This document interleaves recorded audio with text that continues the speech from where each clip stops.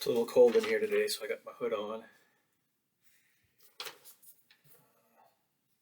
So, I've been wanting to make a video about Gnostic secrecy or esoteric secrecy. Sometimes it happens when I'm scrolling, looking up Gnosticism on Google or something, and you scroll down and you see um, some evangelical or something like that. You'll see talking about Gnosticism. Oh, Gnostics offer secret teachings or secret knowledge, like it's a bad thing. Um, but they really don't. Hey, hi. Okay.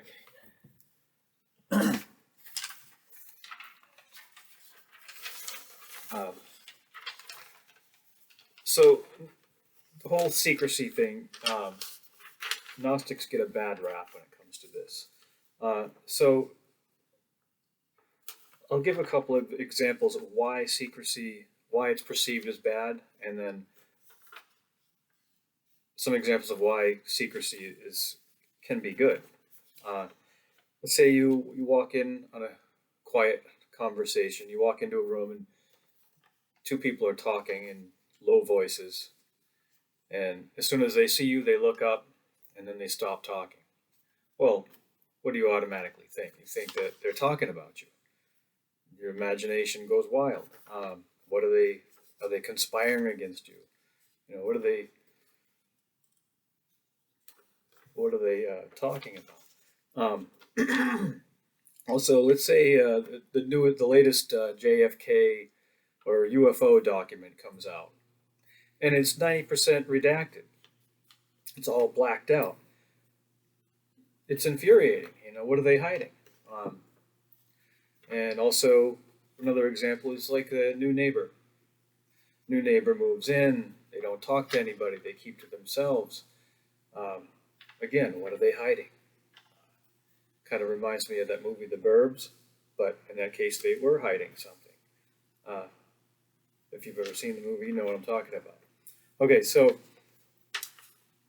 it's our imaginations. When we don't know something, we got to fill in the gaps. It's just human nature. Um, but on the other hand, let's say you're having some kind of issue in your life, and you approach a friend, and can I confide in you? Well, you expect them to keep that secret. You know, whatever you tell them is a secret. You don't expect them to go telling it everybody.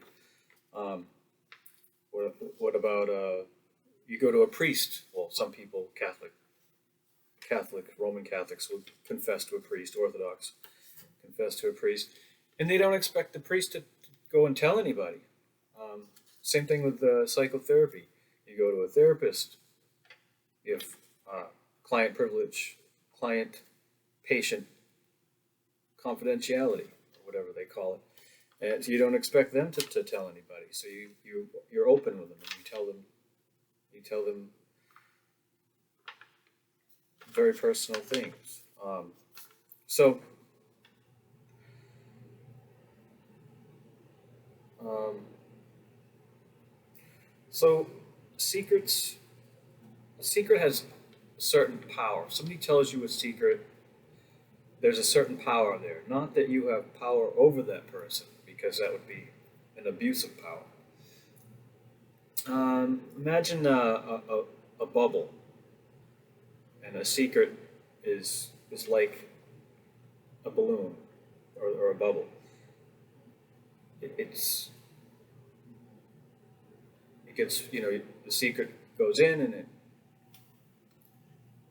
the secret goes in, and the balloon gets bigger, and then it has potential energy, power.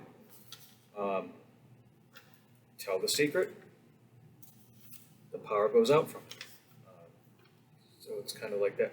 So another analogy I kind of came up with is, imagine two 11, 12-year-old boys. They are walking along in the woods and they find a cave. Um,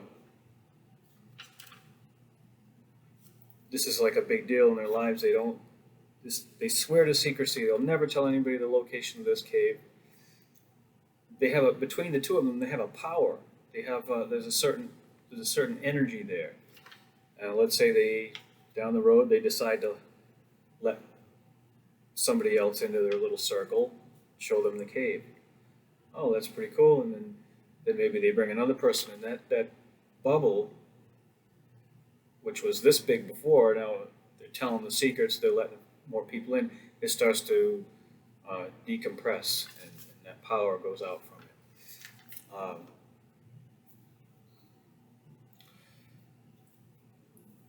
So sooner or later, one of the people are going to tell somebody else, and then they're going to tell, and everybody's going to know about the cave, and there won't be any more energy or power in that balloon.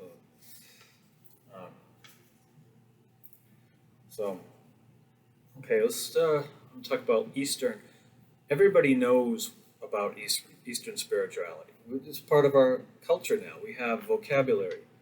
We have, karma, reincarnation, various things like that. And people pretty much know what these things are. But how many people know about Western spirituality, the Western mystery tradition? Have you heard of that word? Probably not. How come everybody knows about Buddhism and Hinduism and yoga and all these things? But nobody knows really much about alchemy, except that that's where chemistry came from, or a bunch of nonsense, this, that, and the other thing. Well, there's a tradition of secrecy in the West. And why is that? Well, it's for very practical reasons. You could be burned at the stake if you didn't keep some of this at certain times in history. If you didn't keep this a secret, you could be excommunicated. You could, in our culture now, you could be canceled. And these things can and do happen.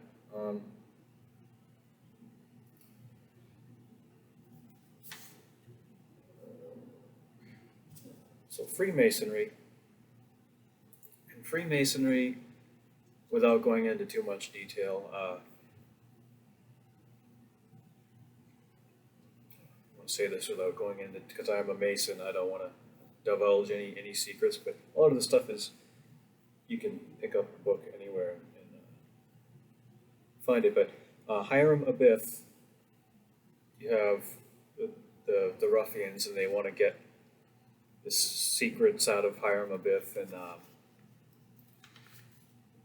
and basically, so they can it's basically trade secrets on the surface level. I mean, there's layers and layers of meaning in the whole Hiram Abiff thing. But on the surface, it's trade secrets. And so that's another thing. I mean, we all know that person at work who doesn't want to tell you anything, that pretend they don't know, that, oh, you should already know that. And they're trying to keep that power. They're trying to keep that knowledge to themselves.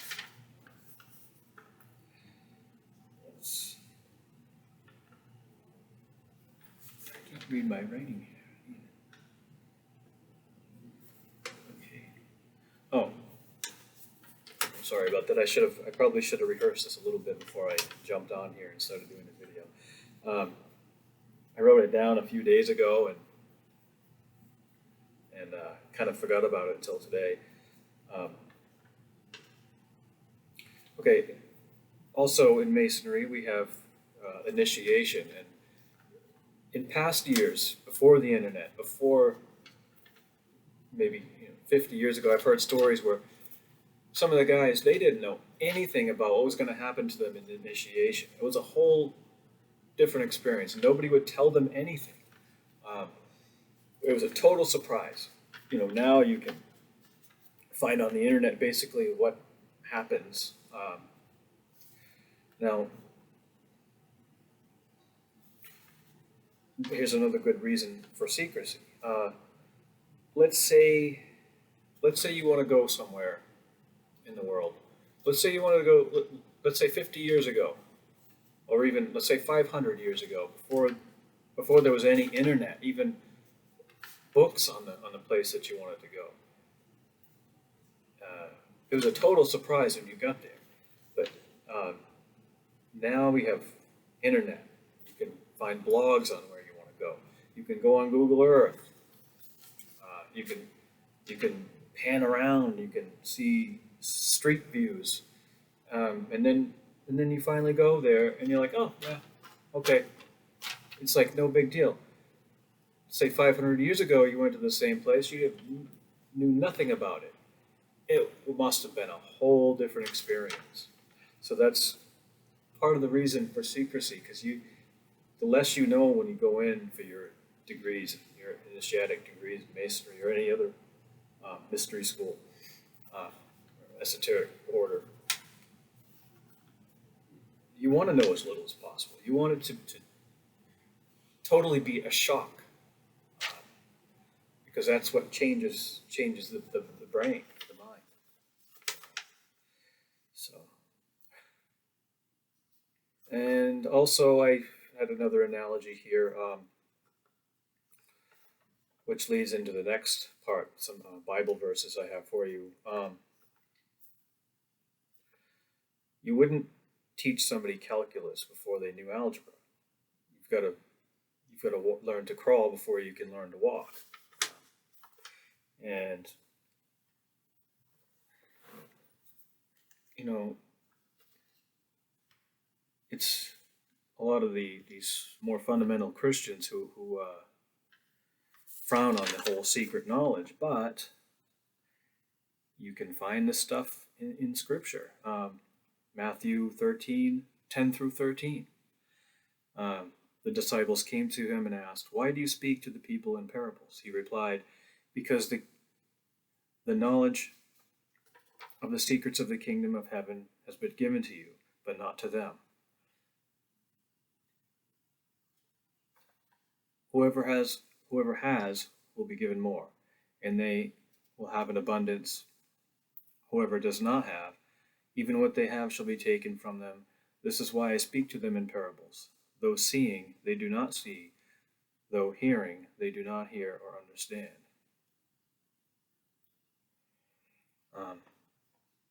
And we have Matthew 7, verse 6. "Do not give what is holy to dogs, and do not throw your pearls before swine. They will trample them under their feet and turn and tear you to pieces." People just are not ready for the secret teaching. They're not ready for the knowledge. Okay.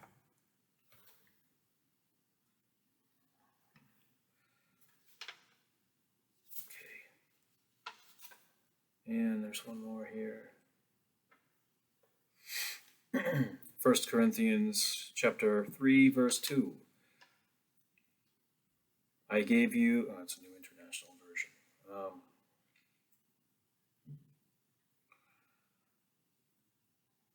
Fine.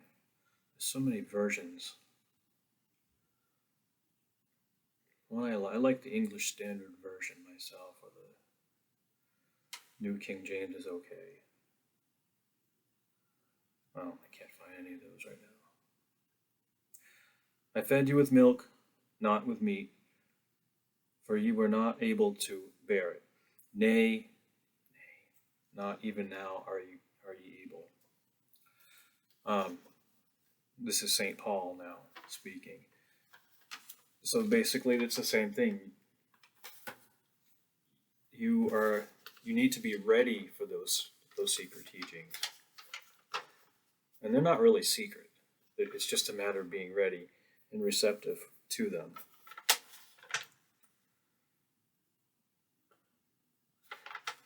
Okay, so